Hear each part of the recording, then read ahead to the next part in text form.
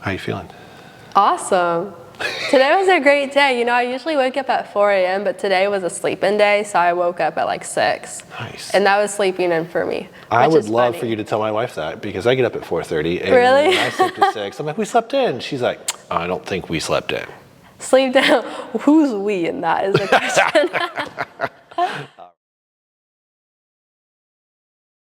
Hey everybody, it's Terry, Nashville Fit Magazine, and today we are at Belmont University, and we're talking to my friend Sabrina Oostburg, and Sabrina is my friend vicariously through LinkedIn. So yeah, you're LinkedIn friends. You're a good LinkedIn follow. Really? Yeah. How so? Well, you're young and vibrant, and you're not talking about boring business stuff. Yeah. You're talking about sports. Who doesn't love sports? I mean, people I don't want to talk to. Oh, maybe that student on campus who didn't tell you where this place was. Okay, Sabrina, tell us, we're going to get to what you're doing now, but before we do that, let's go back in time a little bit. I know you're not from Nashville, you're from California. Tell us how you got here. Wow, it sounds really weird to say, but I came here from a YouTube video. Like, this is full circle, because that's where this video is going to live. One word, YouTube. It's just a crazy story. One of those things that you can't make up. I lived in California, San Diego specifically, for 16 years, born and raised. And my mom saw a YouTube video one day titled Top 10 Reasons Why to Move to Chattanooga, Tennessee. Oh, interesting. Okay. Yeah, and she liked all 10 reasons so much. We sold our house within a week, drove across the U.S. Now for the past 4 years, we lived in Chattanooga, Tennessee. Nice. So very different. I would say living in the South is like living in a different country, but they speak English.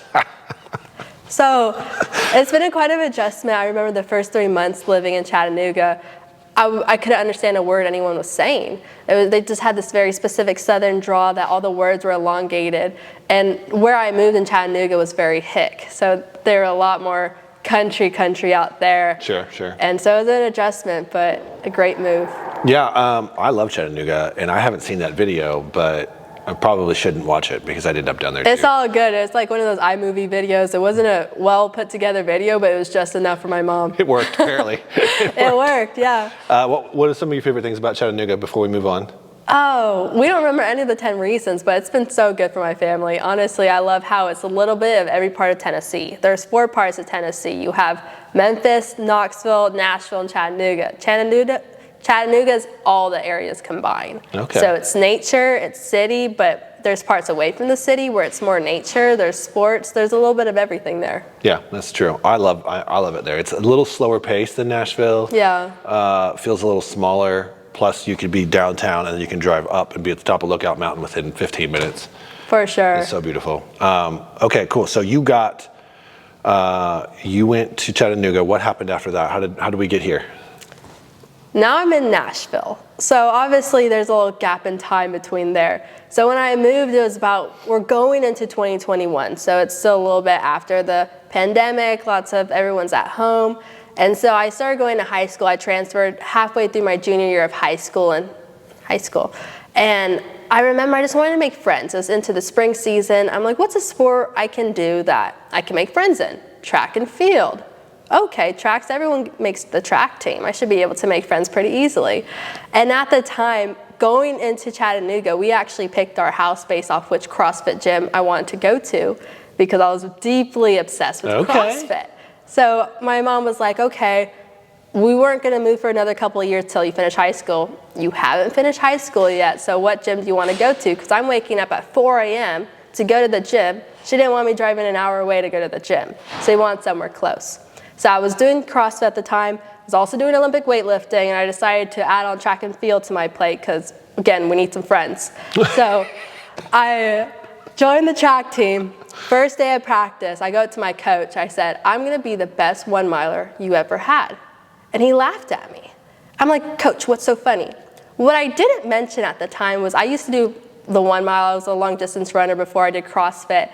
And I thought in my head I was such a good long distance runner. Plot twist, I haven't been running for over a year. Oh. So I had this natural big ego. athlete, no problem. Yeah, I had this big ego. I'm like, oh, I'm such a good runner. I don't run. And so my coach that's why he was laughing. And so I was like, no, coach, I'm a good runner, I promise you. And he was like, no, you're a thrower. And I was like, Coach, what even is throwing? And he was like, it's the metal ball you throw. I was like, no, I'm a runner. And he said, okay, if you're a runner, go on a 3-mile run with the cross-country team. So I said, that's what we're talking about, Coach. I go on this run. I'm huffing and puffing. By the end of the run, I officially retired from long-distance running. I was like, Coach. Never to return. You're right. Day 2 of track practice. I am now a thrower. Coach, you got me. So 2 months later, after doing shot put with my background in CrossFit Olympic weightlifting, I became top 6 in the state of Tennessee for shot put. Pretty good. Not bad. I get a call from Austin Peay State University, their Division I school. Sabrina, we want you to come do track and field here. Okay, why not? I would love to become a Division I athlete. The odd thing is about that story, I was not trying to become a college athlete. Sure. So how do they find me if I'm not registered in the NCAA portal, which is how you're found to become an athlete, and I'm not on that? Well, 2 reasons. One was because of how I did at state, which I got top 10. No, you placed, yeah. And second was my social media. Because I did those sports, another sport that I did was Spartan racing. So I was a quadruple sport athlete in high school, dabbled in track and field, and I wanted to showcase this journey, so I made a fitness account to show everything I was doing. And my coach saw my fitness account and said, she can really contribute to our team. So it's because of my social media that I actually got recruited to Austin Peay State University. It's changed scouting for sure. Oh yeah, That's cool. That's in Clarksville, Tennessee, an hour up north from Nashville, Tennessee. So went there for a year, pretty good, but then my coach quit.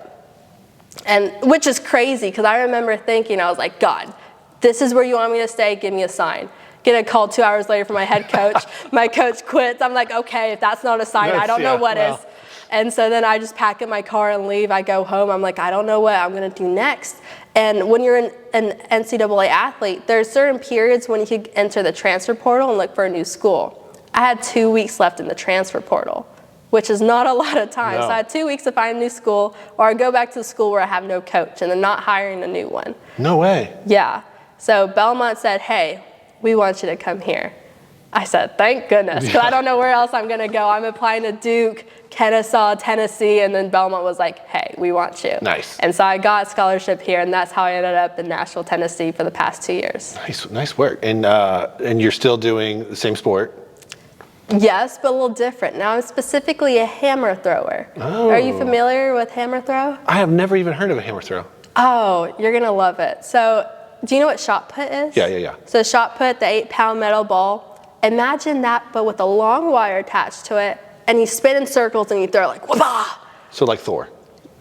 Yes, but with a longer hammer. Yeah. Crazy. So you're doing that now? Yes. And is that more fun? Is it the same type thing? Like? Oh, it's way better. The transition from my first school to the second school was so different because first of all, coaching. I'm sure as we're both athletes in some sense that coaches make a big impact on your sport. Oh, for sure. And I came from a coach that had a military background. He told me, he was like, I'm Jamaican, which means track and field's my life. I was like, okay, That's cool. right, yeah. I get that. So it was very strict. You do this, it has to be perfect. Coming here, it was like, it's okay if you're not perfect, but as long as you're flexible, you're coachable, we can work with that. And so it's so different, the coaching styles, because coming from a coach that was like, he was really difficult in some senses because he would tell me, he was like, you can't ask me questions because that's questioning my authority. So coming from a coach that was very coach-like to a coach that was like, hey, you can do it, that actually encourages me, completely different experiences. So I definitely love Belmont a lot more because of that. That's interesting. I love that. So before we get into what you're doing now, or where you're trying to go, tell me what's your major? Sports administration. Nice. Minor in pre-law. Oh, wow. Yeah, well, I'm not going to be a too. sport agent, though. Don't ask me if I'm going to be a sport agent. Well, the plan's laid when you're how old? What, are you 20? 20, yes. Yeah, so we'll see if that changes. We'll see. Right now, that's not the plan. That's just the most common comment I get from that. Sure. So you're doing something now along with, because of your social media impact and finding your Division I home in sports, you're actually trying to help other young athletes with their path through NIL, which is name, image, and likeness, which just happened to, was it been about a year, 2 years now that the NCAA? About 3 years now. Has it been that long? Yeah. Finally let go of all of that so that students can make some money with their name, image, and likeness. So explain that. How did you get into it, and where do you want to take it? Wow, so NIL, it's crazy when you say 3 years, because 3 years. Flew by, yeah. Time flies by when you're having fun. But NIL is something that I've been doing before NIL was a thing, but legally, I will say. Because I had this really interesting sport background with unique sports like CrossFit and Olympic weightlifting. I was doing that all over high school. I'm competing across the nation, going to these events, driving really far to go compete. And I realized something very quickly. Competing is very expensive, especially when you do a sport like CrossFit or Olympic weightlifting. And so I thought, there has to be a way that I don't have to pay for it, and I could get a cool sponsor like the pros. And so when I was doing Olympic weightlifting, so I went to Nutrition Factory. They're a really popular supplement brand in Tennessee. Oh, they're also sponsors to National Fit Magazine. Oh yeah, I love Nutrition Factory. They're one of my first brand deals I've ever done. And I went to their store, I said, hey, I'm going to Tennessee State Championship. I really think I can win. This is what I'm doing on my social media. Can you sponsor me? They said yes. Nice. And so I was like, let's go. And so they covered my travel, my food. I got to wear their shirts, and I was proudly repping them all over. I'm like, yeah, Nutrition Factory. What do you know about that? And so fast forward to the competition, I ended up winning. So now I'm technically Tennessee State champion for Olympic weightlifting in 2022. Nice. And this is while I'm still in high school, before NIL was passed. And so I was like, okay, NIL became a thing. I didn't even know what that was. Right. I just thought, well, that's what I'm already doing. And so now that I transferred sports, now I'm just strictly a track and field athlete, I realize it's the same thing. But a lot of athletes don't know that. They don't know the process behind it. So at first I was like, okay, who's gonna show us how to do this? No one was out there. You know, I'm TikToking how to get an NIL deal. There's no videos about it. There's no Google information about it. So I thought, do I just do this or pave my own path? As a trailblazer that I am, I just made my own path. And so something I've been doing now for the past 2 years, where technically I've been my own NIL agent before signing with a couple different agencies throughout the years. And that's been a great experience where I've been able to work with brands like Sport Illustrated, Noble, CBS, Gillette Venus, just to name a few. I'm actually the first NIL athlete to sign with, or to do an NIL deal with a zoo. No way. Did a deal with the Nashville Zoo. Nice. I'm the first athlete to do a deal with them. So that was a really cool impact, knowing that you can be the first in something. And I have been the first in something, and continue to want to pave the way for other athletes, because it's cool that I can make an impact. But what about the impact other athletes can make as well? Sure. So it sounds like you got a little bit of entrepreneurial drive here. Yes. And I love it. That speaks to me on so many levels. So how are you helping? I know you got something coming up. Let's pitch it a little bit. You got something coming up helping parents and students learn more about this. What is that called?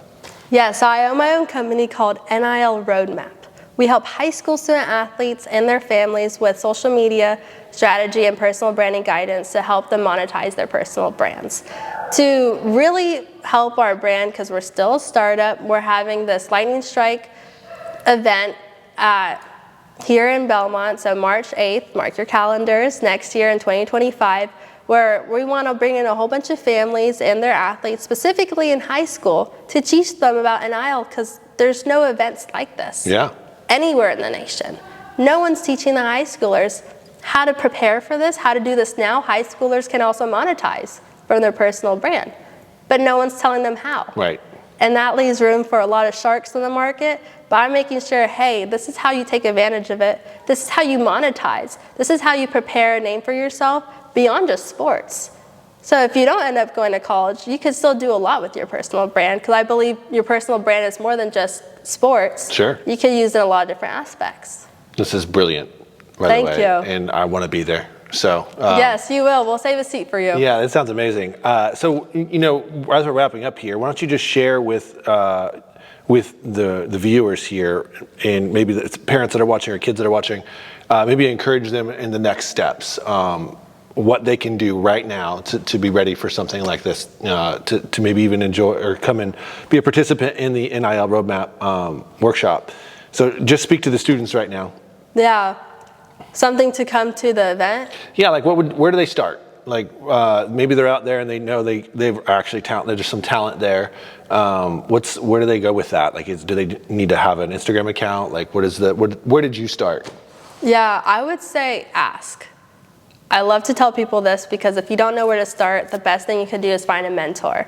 So one of the things I did once I started NIL, I asked other people, how did you grow your Instagram account? How do you make a reel? What even is a reel? How do you make a social media strategy? How do you do all these things? How did you work with EXO brand? How did you work with Go-Go Squeeze?